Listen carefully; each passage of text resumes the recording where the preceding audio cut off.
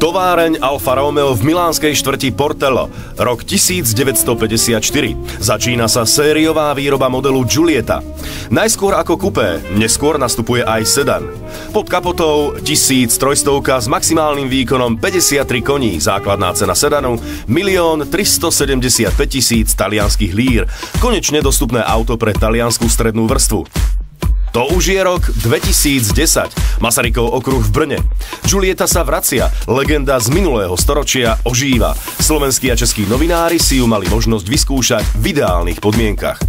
Svetovú premiéru mala na ženevskom autosalóne a my sme vám ju ukázali. Tak teraz ju privítajme aj u nás a pripomeňme si jej charakteristické črty. V prednej časti dominuje výrazný trojuholníkový grill. Líniu kapoty kopírujú veľké svetlomety, potiahnuté smerom dozadu.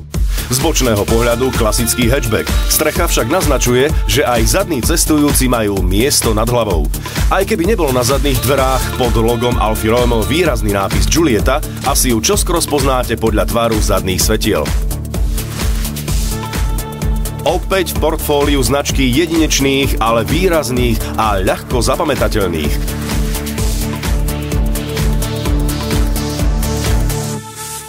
Základný objem kufra má Giulietta 350 litrov, toľko ako Golf, Astra má 20 litrov navyše. Rázvor 263 cm určuje aj dostatočný priestor na zadných sedadlách.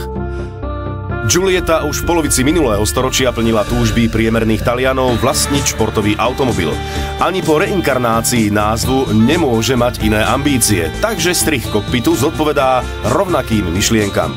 Pripomínajú ich leštené hliníkové pedále, dva výrazné ukazovatele rýchlosti a otáčok v mohutných tubusoch a klasická krátka radiaca páka s primerane tuhou kulisou.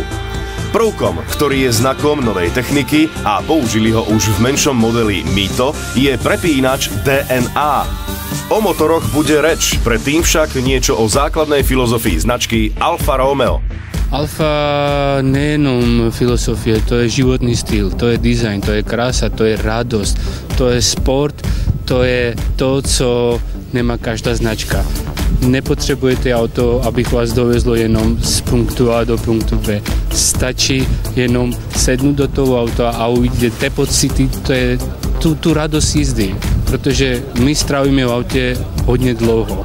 A když idete do práce, máte tolik starostí, že tu auto vám udelá radosť a spestrí váš život. Základnou benzínovou pohonou jednotkou Giulietty je 1.4 s turbom a maximálnym výkonom 120 koní. Rovnaký objem s turbom a systémom Multi-Air dáva 170 koní a najsilnejší je 235-koňový motor s objemom 1750 kubických centimetrov. Dízlová 1.6 má 105 koní, dízlový 2 liter 170. Výkon sa prenáša zatiaľ len cez 6-stupňový manuál, ale časom príde do výroby aj automatická 6-stupňová prevodovka s 2 suchými spojkami.